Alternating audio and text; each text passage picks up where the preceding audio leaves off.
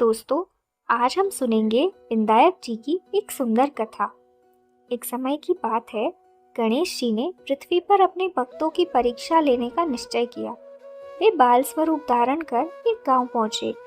उन्होंने एक हाथ में एक चम्मच दूध और दूसरे हाथ में एक चुटकी चावल ले लिए।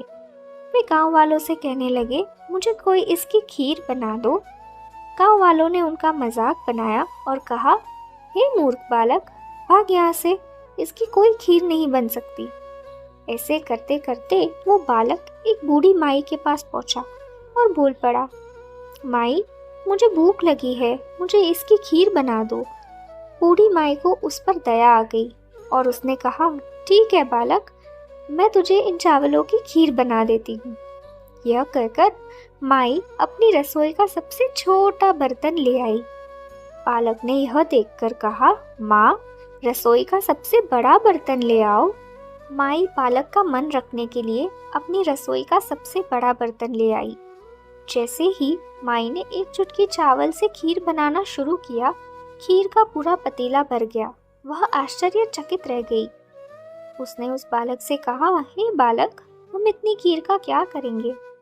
बालक ने कहा, माँ, तुम सबको खीर खाने बुला लाओ। माई ने बिल्कुल वैसा ही किया। वे गांव वालों के पास जाके कहने लगी, आज मेरे घर पे खीर का प्रसाद बना है, आप कृपया लेने आइए। गांव वालों ने फिर उसका मजाक बनाया और कहा, चलो देखे तो, रोज रोटी मांगकर खाने वाली इतनी सारी खीर कैसे बना लेती है। बूढ़ी माई और गांव वाले घर की तरफ आने लगे। इतनी ही देर में माई की बहू की नज़र उस खीर से भरे पतीले पे पड़ी और उसके मुंह में तो पानी आने लगा।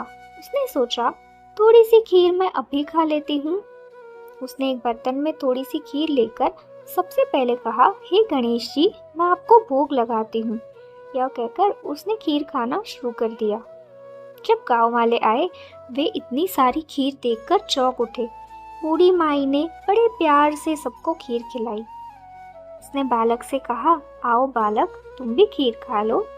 तब वह बालक बोला, माँ, मैंने तो जब तुम्हारी बहू ने मुझे भोग लगाया तभी ही पेट भर खीर खा ली थी।